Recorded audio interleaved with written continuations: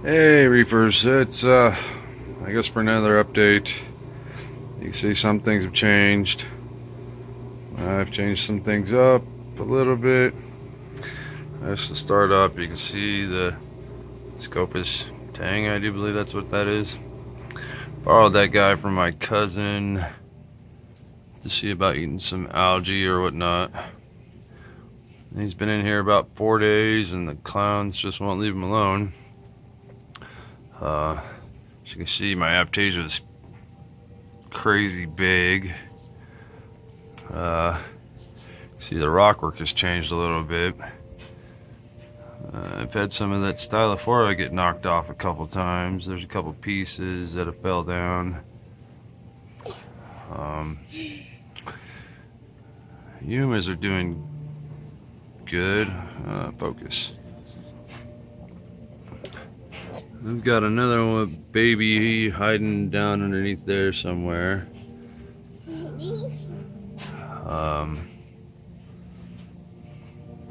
Got rid of my frags. Everything's looking pretty good. My flow is not as good as I'd like it. I think I need to clean my power heads again. I hate doing that. The clowns, they're such a pain. They're so mean. I tried moving their frog spawn around to see if they would worry about their home more than they would be antagonizing that Scopus tang.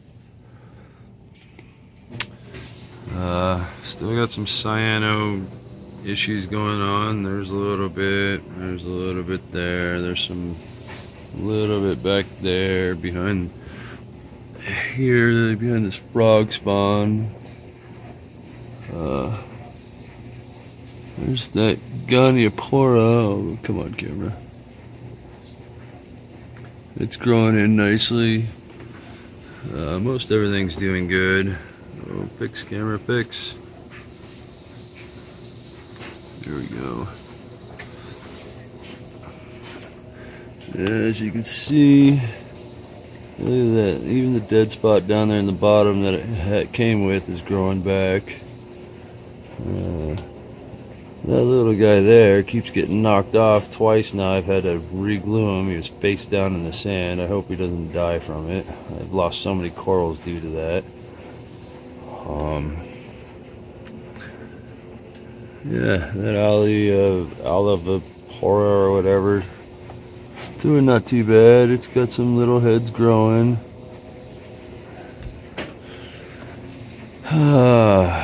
These zoanthids and stuff are not doing so hot. You stupid camera.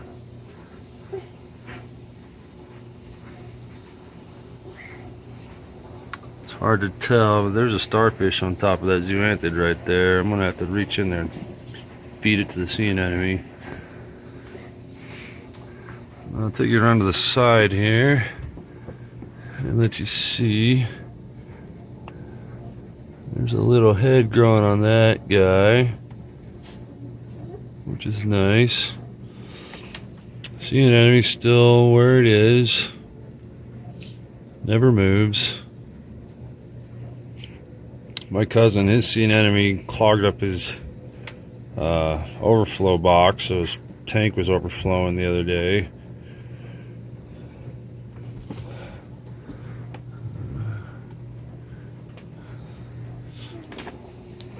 I don't know, I've been really lucky with my sea anemone. He doesn't go anywhere. Just sits right there. I've actually physically moved that shelf that he's attached to in different spots and he just stays there on that shelf. Just loves that shelf. I've got little frags dropping everywhere. There's a little tiny discosoma mushroom. Oh, you silly camera. It doesn't like that. That little tiny blue dot back there looks like a piece of rock. That's actually a baby discosoma. I do have some peppermint shrimps that should be eating my aptasia. I ordered 4 of those aptasia eating nudibranchs. I put 2 on this rock and 2 over here on this rock. I got 1 picture and then they disappeared into the rock work, which, you know, is expected. They're so tiny. I'm possibly thinking about getting a bristleworm trap. I was on reefbuilders.com and noticed there was a 3D printed one that was pretty cool, that was reusable. So I might get that. I mean, the bristleworms are not bad, but I do have an infestation of them. They are just crazy everywhere. I've got a couple giant ones.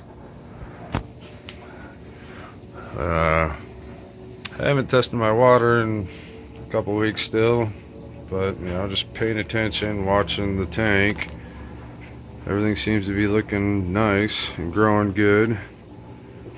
I've been trying to keep my alkalinity and calcium elevated. Even though I'm not testing it, I'm still dosing it. I raised my temperature up to 82, you know, over the 4 weeks. You know, every week maybe a temperature here, temperature there. I don't know, trying to combat some nuisance algae. I don't know, people might say it not work, but I've had major luck with high temperature keeping nuisance algae at bay, speeding up my coralline algae growth. You know, and I'm a big firm believer that if you can have your coralline algae outgrowing everything else, then it'll be a lot better than looking at nasty hair algae and other slimy nastiness. But I don't know. I'm just a dumbass reefer who knows what he's talking about. I just, you know, trial and error, trial and error. Pay attention to it, pay attention to my tank every day and adjust things if I have to. I don't know, just trying to run high flow, high alkalinity, high calcium, and high temp. Try to get as much coral growth as I can. Seem to be getting pretty decent. I don't know if you can see on that acropora right there, he is growing pretty good. It's hard to tell because he's so tiny, but if you follow me on Instagram, which is just Eradicate on Instagram, I've shown some pretty good close-up pictures, and you can tell that thing's growing pretty quick. So, I mean, that's my parakeet, really. I mean, honestly, everything else is going to grow no matter what, but I really want to get that acropora to grow. So, well, best of luck to your guys' reef tanks. Yeah, you know, give me some criticism, give me some thumbs down, thumbs up.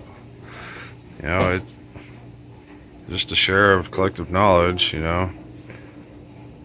Wow, that camera got all bad. Alright, later guys.